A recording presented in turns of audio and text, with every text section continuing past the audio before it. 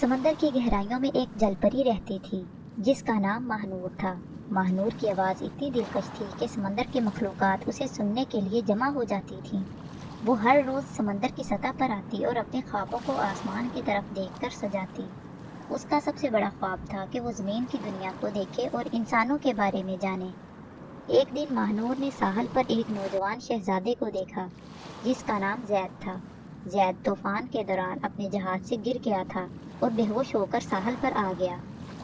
ماہنور نے اسے دیکھا تو اس کا دل بھر آیا۔ اس نے زید کو بچانے کا فیصلہ کیا اور اپنی طاقت سے اسے کنارے تک پہنچا دیا۔ جب زید ہوش میں آیا تو اس نے بس ایک جھلک ماہنور کی دیکھی تھی، مگر جلد ہی وہ غائب ہو گئی۔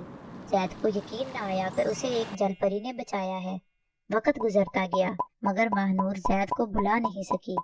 اس نے اپنے والد جو سمندر کے بادشاہ تھے ان سے درخواست کی کہ وہ انسان بن کر زید کے پاس جانا چاہتی ہے۔ بادشاہ نے اس بات پر بہت غصہ کیا مگر ماہنور کے اصرار پر اس نے ایک شرط رکھی۔ بادشاہ نے کہا، تم انسان تو بن سکتی ہو مگر تمہاری آواز چھن جائے گی۔ اگر زید تم سے محبت کرے تو تم ہمیشہ کے لیے انسان بن جاؤ گی، ورنہ سمندر کی لہریں تمہیں واپس لے آئیں گی۔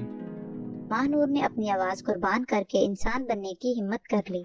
وہ زمین پر آ گئی اور زید کے محل کے قریب پہنچ گئی۔ زید نے اسے دیکھا تو اسے فوراً پہچان لیا اور اسے اپنے محل میں لے آیا، مگر ماہنور کچھ بول نہیں سکتی تھی۔ زید اس سے بہت متاثر ہوا مگر ماہنور کی خاموشی اس کے دل میں بے چینی پیدا کرتی تھی۔ چند دن بعد زید کو ایک اور شہزادی سے شادی کا پیغام ملا اور وہ مجبوراً راضی ہو گیا۔ ماہنور کا دل ٹوٹ گیا مگر اس نے خوشی سے زید کی زندگی سے نکلنے کا فیصلہ کیا۔ شادی کے دن سمندر کی لہریں بے چین ہوئیں اور ماہنور کو واپس بلانے آئیں۔ زید نے ماہنور کو لہروں کے ساتھ واپس جاتے دیکھا تو اسے احساس ہوا کہ یہی جل پری اس کی اصل محبت تھی۔ وہ دوڑ کر پانی میں کود گیا مگر بہت دیر ہو چکی تھی۔